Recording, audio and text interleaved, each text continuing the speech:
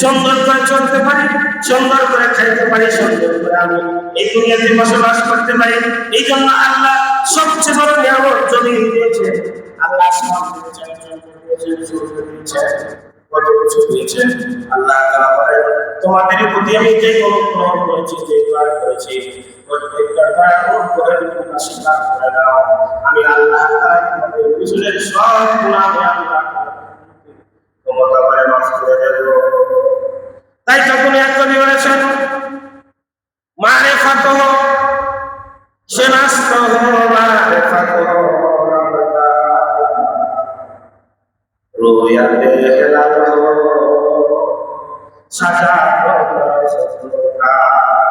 তুমি যদি আল্লাহর পরিচয় শনাক্ত করতে না পারো, তুমি যদি আল্লাহর পরিচয় লাভ করতে না পারো, তুমি সূর্যের দিকে তাকাও, তুমি আল্লাহর পরিচয় পাবে। তুমি চন্দ্রের দিকে তাকাও, আল্লাহর পরিচয় পাবে। তুমি গাছের দিকে তাকাও, আল্লাহর পরিচয় পাবে। তুমি পানির দিকে তাকাও, আল্লাহর পরিচয় পাবে। তুমি চন্দ্রের চিন্তা ভাবনা করো, আল্লাহর পরিচয় পাবে। তুমি যদি এত কিছু দেখার পরে তুমি আল্লাহর পরিচয় না পাও, তোমার মতো কত কথা পৃথিবীতে দ্বিতীয় আর কেউ নাই। তাই তো হযরত ওমর বলেন, একজন পাগল যে দুনিয়ার সাধারণ জ্ঞান তার কাছে নাই ঠিক, কিন্তু সে যখন দেখে এখানে উটের পায়খানা আছে, তো উটের পায়খানার দিকে তাকিয়ে বোঝে এটা উটের পায়খানা। আবার গরুর পায়খানা নাগর দিকে তাকিয়ে বোঝে এটা গরুর পায়খানা। আবার ছাগল যখন পায়খানা করে তখন ছাগলের পায়খানার দিকে তাকিয়ে একজন নির্বোধ মানুষ বোঝে এটা ছাগলের পায়খানা। যদি দুনিয়ার নির্দিষ্ট দৃষ্টার দিকে তাকিয়ে, পায়খানার দিকে তাকিয়ে যদি পশু নির্ণয় করা যায়, যেটা হলো ছাগলের পায়খানা, এটা গরুর পায়খানা, এটা হলো উটের পায়খানা, এটা হলো কবুতর, এটা মুরগি, এটা হাঁসের পায়খানা, দৃষ্টার দিকে তাকিয়ে যদি পশু নির্ণয় করা যায়, তাহলে এই বিশাল আসমানের দিকে চিনতে পারবো মহান পিছনে একজন আছে। তাই তো কোন এক কবি বলেছেন, मैं तो न जानो दुनिया में आकर, मैं तो न जानो दुनिया में आकर, जब आए मैं আমি পৃথিবীতে যখন এসেছিলাম নাদান হয়ে নির্বোধ হয়ে আমি পৃথিবীতে এসেছি। আমি না কিছু বুঝেছি, আমি না চাইতে বুঝেছি, না কথা বলতে কিন্তু যখন আমার সামনে রাসূল আসলো, আমার সামনে যখন ইসলাম পড়া আসলো, সান্নিধ্যে যাওয়ার কারণে আর রাসূলের সুন্নাহ সান্নিধ্যে যাওয়ার কারণে আল্লাহ তাআলা আমাকে পৃথিবীর শ্রেষ্ঠ জ্ঞানী বানিয়ে দিয়েছে। কারণ যার কাছে কোরআনের জ্ঞান আছে তিনি হলেন পৃথিবীর শ্রেষ্ঠ জ্ঞানী, যার কাছে রাসূলের সুন্নাহ আছে সে হলো পৃথিবীর শ্রেষ্ঠ জ্ঞানী, যার কাছে ইসলাম নামক বিধান তার কাছে আছে সে হলো পৃথিবীর শ্রেষ্ঠ জ্ঞানী। কিন্তু আমার কাছে পৃথিবীর সব জ্ঞান আছে, আমি মুহূর্তের ভিতরে কোনো কিছু এগিয়ে পৃথিবীর অমর প্রান্তে পৌঁছে যেতে পারি। আমি এখান থেকে হারো বলে পৃথিবীর অমর প্রান্তের কথা বলছি। শুধু কথা নয়, অডিও ভিডিও সবকিছু আমি রেকর্ড করতে পারি। আমি আমার মেধা দিয়ে আমি বিশাল প্লেনকে আকাশে উড়াই, আমার মেধা দিয়ে হাজার হাজার হেক্টরের গাছ যেতে পারি। পৃথিবীর সব জ্ঞান আমার কাছে আছে, কিন্তু আমার কাছে কোরআন নাই, আমার কাছে হাদিস নাই, আমার কাছে ইসলাম নাই। আমি পৃথিবীর শ্রেষ্ঠ জ্ঞানী হতে পারি, কিন্তু কোরআন না থাকার কারণে, ইসলাম না থাকার কারণে আমার মতো নাকার দিকে পৃথিবীতে আর দ্বিতীয় কেউ নাই।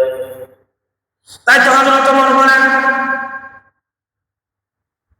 আমি যখন মক্কি জীবনে যখন উট চড়াইতাম, আমি এত নাদান বেকুব ছিলাম। আমি যখন উট চড়াইতাম, আমি অনেক সময় পাথরের হালান দিয়ে ঘুমিয়ে যাইতাম। ক্লান্ত শ্রান্ত হয়ে পাথরের হালান দিয়ে, পাহাড়ের হালান দিয়ে ঘুমিয়ে যাইতাম। কোন সময় উট এসে আমার মাথার উপর পেশাব করে দিয়ে আমাকে আমি আমার অবস্থায় আমি বাড়িতে যেতাম। আমার আব্বা আমাকে বলতো, তোমার একটা বেটা উচ্চাইতে যাস, কোন সময় তোর মাথায় উঠ পেশাব করে দেয়, টের পাস না, তুই উঠে পেশাব দিয়ে গোসল করে বাড়িতে আসিস। হযরত ওমর নিজেকে ধিক্কার দিতেন আর বলতেন, আমি এত বড় বেকুব ছিলাম, উট আমার পেশাব করে দিয়ে আমাকে দুর্গন্ধ করে ফেলত, আমি টেরও পাইতাম না ঘুমের কারণে, উট আমাকে পেশাব করে দুর্গন্ধ করে দিয়েছে ঠিক। কিন্তু যখন আমি মুহাম্মদ সাল্লাল্লাহু আলাইহি ওয়াসাল্লামের সাথে, যখন আমি কোরআনের কাছে মাথা অবনত করে দিলাম, আমি যখন ইসলামের কাছে আমার মাথাটাকে অবনত করে দিলাম, আল্লাহ আমাকে এমন জ্ঞানী বানিয়ে দিলেন, আল্লাহ তাআলা অর্ধ পৃথিবীর জ্ঞানী আল্লাহ আমার কাঁধে তুলে দিলেন। কারণ ইসলাম আর কোরআন হাদিস, যার কোরআন আর হাদিস ইসলাম, যে ব্যক্তি কোরআন হাদিস ইসলামে শান্তিতে যাবেন, কোরআন আর হাদিস ইসলাম তাকে এত জ্ঞানী বানিয়ে দিবে, এত মর্যাদা উচ্চ শিখে পৌঁছে পৃথিবীর সব তার পা টেনে মর্যাদা থেকে নামাতে চাই, কিন্তু নামাতে পারবে না।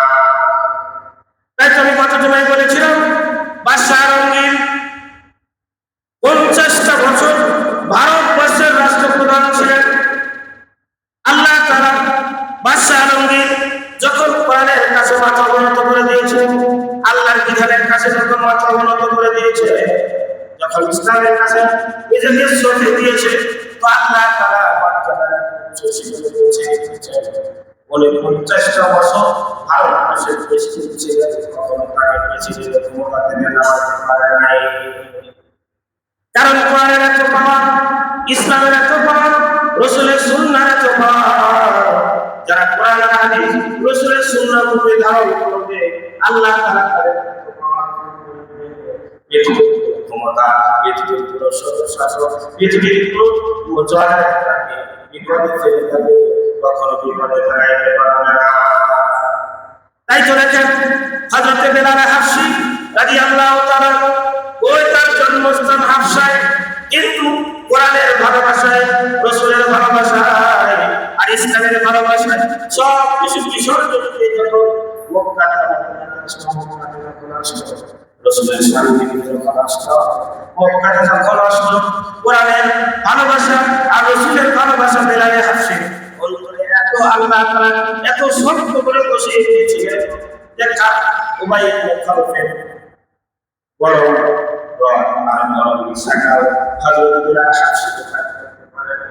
তখন ইসলাম থেকে একজন সরাইতে পারে নাই। কেন? কোরআন আর হাদিস আর ইসলাম যে মানবে, তার ভিতরে আল্লাহ তাআলা ইসলাম আর কোরআনের ভালোবাসা এমন ভাবে বসে দিবেন, পৃথিবীর কোনো বিপদ তার কাছে বিপদ হবে না, পৃথিবীর কোনো কষ্ট তার কাছে কষ্ট হবে না, পৃথিবীর কোনো মুসিবত তার কাছে মুসিবত হবে না। সে মনে করবে এই মুসিবতে যদি আমি মারা যাই, আল্লাহ তাআলা আমাকে সাথে সাথে জান্নাতুল ফেরদাউসে নেওয়ার বানিয়ে দিবেন। আপনি দেখেন সালমান ফারসি রাদিয়াল্লাহু তাআলা, কই সেই ইরাক পারস্য কোথায় আর কোথায় মক্কা, কত মানুষের গোলামি করতে করতে এক পর্যায়ে মক্কাতে আসলো, মদিনাতে আসলো।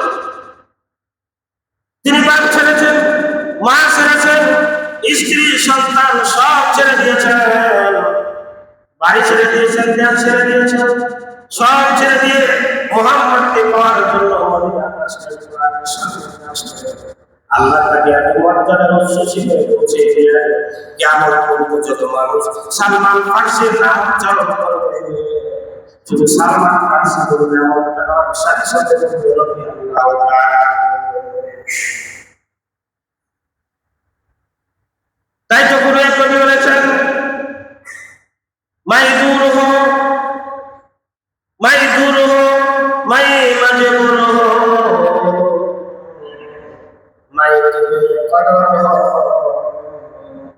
মাই দূর হো মাই মজবুর হো, মাই কদর হো, जब कुरान को सुनना मेरे पास है मैं मजबूर बन जाओगे। আমি হয়তো দুর্বল অসহায়, আমি হয়তো দুর্বল অসহায়, আমার হয়তো মূল্য নাই, মূল্যহীন, কিন্তু যখন আমি আমার নিজেকে কোরআনের কাছে যখন সঁপে দিয়েছি, যখন ইসলাম নামক নিয়ামতের কাছে যখন সঁপে দিয়েছি, আমি যদি কিছু অসহায় দুর্বল ছিলাম, কোরআনের কাছে আসার কারণে আল্লাহ তাআলা এমন সবল বাণী দিয়েছেন, এত সবল বাণী দিয়েছেন যে কোরআন আমার জুতা সোজা করার জন্য কত দুনিয়াটা তার পেছনে